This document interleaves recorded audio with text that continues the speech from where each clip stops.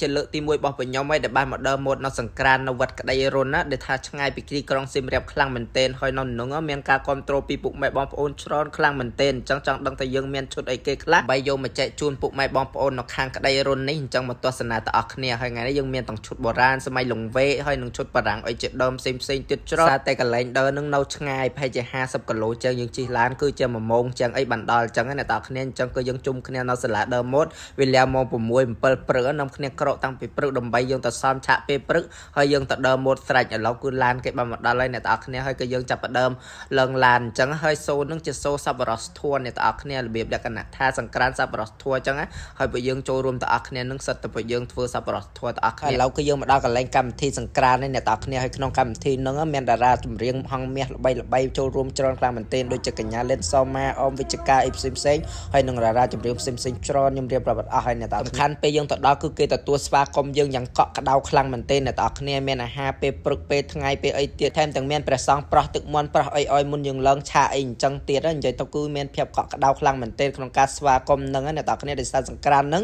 ងគឺធ្វើនៅវត្តក្តីរុនតែម្ដងអ្នកទាំងគ្នានៅភូមិក្តីរុននឹងខ្ញុំទៅដល់ភ្លាមគឺអត់ចាំយូរទេបន្ទាប់ពីប្រោះព្រមញ៉ាំអាហារពេលព្រឹកអីហើយគឺឆាប់ដើមសំឆាភ្លាមដោយសារត្រូវផាត់មុខផាត់អីទៀតអញ្ចឹងអ្នកទាំងគ្នាហើយថ្ងៃនេះយើងមានសូ2គឺសូបែបបុរាណហើយនិងសូបែបសម័យសូបែបបុរាណដើម្បីបង្ហាញពីសម្លៀកបំពាក់ខ្មែរយើងបង្ហាញពីការដើរម៉ូតរបស់កូនសិស្សដែលរៀននៅក្លឹបកញ្ញាស្លឹកឈើអ្នកទាំងគ្នាឲ្យតែប្រកួតបានមករៀនគឺមានឱកាសដើរម៉ូតអីចឹងគឺខ្ញុំតែងតែយកប្រកួតដើម្បីទៅបង្ហាញសមត្ថភាពដូចជាភាពក្លាហានបន្ទាប់ពីការសមឆាអីភ្លាមហើយពួកយើងរត់ទៅផាត់មុខផាត់អីភ្លាមដោយសារលាកឈុតបុរាណដូចអ្នកទាំងគ្នាដឹងអញ្ចឹងគឺចំណាយពេលយូរខ្លាំងមែនទែនដើម្បីស្លៀកអញ្ចឹងហើយថ្ងៃនេះយើងបានឈុតបុរាណពីសំអាងការផ្សេងដូចជាបងសុធារីសំអាងការបងស៊ីដាំសំអាងការហ៊ីដាសំអាងការនិងអ៊ីកំហៀងសំអាងការនិយាយទៅ4សំអាងការចូលគ្នាតែម្ដងដើម្បីយកឈុតបុរាណដើម្បីឲ្យស្លៀកឲ្យក្មេងៗដោយគាត់បានដើរបង្ហាញនៅលើឆាកអញ្ចឹងហើយពួកគាត់ស្លៀកទៅគាត់ថាឈុតមួយមានឈុតបែបកូនកំមុំឈុតបែបសម័យបារាំងឈុតបែបលង្វែកនិយាយទៅគឺគ្រប់ទម្រង់តែម្ដងអ្នកទាំងអស់គ្នាបង្ហាញដោយកូនសិស្សកញ្ញាស្លឹកឈើទាំងអស់គ្នាអញ្ចឹងថ្ងៃនេះមានការចូលរួមពីបវរកញ្ញាល្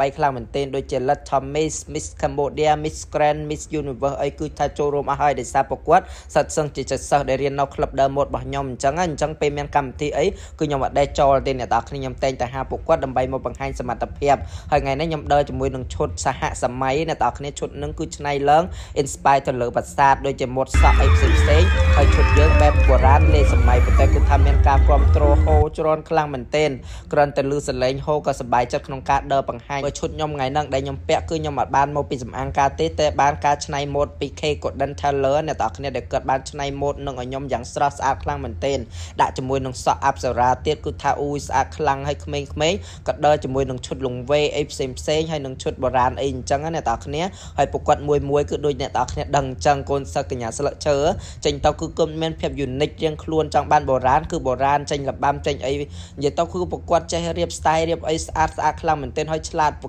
កែគឺមកទាំងអស់អ្នកទាំងគ្នាទាំងការដើរទាំងការលេងទឹកមុខទាំងការបែបបុរាណគឺល្វត់ល្វន់បែបស្ត្រីខ្មែរនិយាយទៅគឺថាបរិយាយប្រាប់មិនទេបើសិនជាអ្នកឃើញផ្ទាល់ណាគេដែលថាបានទៅចូលរួមកម្មវិធីនឹងផ្ទាល់ខមមិនក្នុងវីដេអូនេះម្នាក់មួយហើយកុំភ្លេចជួយចែករំលែកផងដើម្បីឲ្យឈុតខ្មែររបស់យើងឃើញដល់ជនជាតិបរទេសហើយឲ្យកម្មវិធីកាន់តែមានភាពអធិកអធមអីអញ្ចឹងអ្នកទាំងគ្នាដើម្បីឲ្យឆ្នាំក្រោយទៀតយើងមានការដើរម៉ូតបែបបុរាណអញ្ចឹងទៀតហើយបែបសម័យដើម្បីកម្មវិធីសង្ក្រានមួយនៅប្រទេសកម្ពុជាយើងកាន់តែមានភាពល្បីល្បាញមានបរទេសឃើញថាអូខ្មែរយើងមានវប្បធម៌មានអីហើយកម្មវិធីសង្ក្រានសប្បាយទៀតអញ្ចឹងគេមានការគ្រប់គ្រងច្រើនហើយមកលេងក៏ដូចជាផ្សព្វផ្សាយពីវប្បធម៌ខ្មែរអីអញ្ចឹងគេមកលេងមកសង្ក្រានស្រុកខ្មែរយើងបានច្រើនក៏ដូចជាការជួយសេដ្ឋកិច្ចសង្គមយើងដែរអញ្ចឹងខ្ញុំជា model ក៏អត់ភ្លេចទេនៅសម្លៀកបំពាក់ប្រពៃណីខ្មែរយើងដើម្បីបង្ហាញទៅតាមកម្មវិធីសង្ក្រានផ្សេងក៏ដូចជាកម្មវិធីសម័យអីផ្សេងអញ្ចឹងពុកម៉ែបងប្អូនណាដែលបានចូលរួមនៅក្នុងកម្មវិធីសង្ក្រានវត្តក្តីរុនម្សិលមិញហ្នឹងកុំភ្លេចជួយ comment ក្នុងវីដេអូនេះម្នាក់មួយផងថាសូដែលខ្ញុំបានបង្ហាញជូនពុកម៉ែបងប្អូនទាំងអស់គ្នានឹងមានការសប្បាយអ៊ូអរក៏ដូចជាតែពុកម៉ែបងប្អូនចង់មានកម្មវិធីដើមមុតអញ្ចឹងនៅថ្ងៃក្រោយទៀតក៏នៅឆ្នាំក្រោយទៀតអីអត់បើសិនជាចង់មានណាកុំភ្លេចជួយ like share វីដេអូនេះម្នាក់មួយឲ្យមានការគ្រប់គ្រងឲ្យច្រើន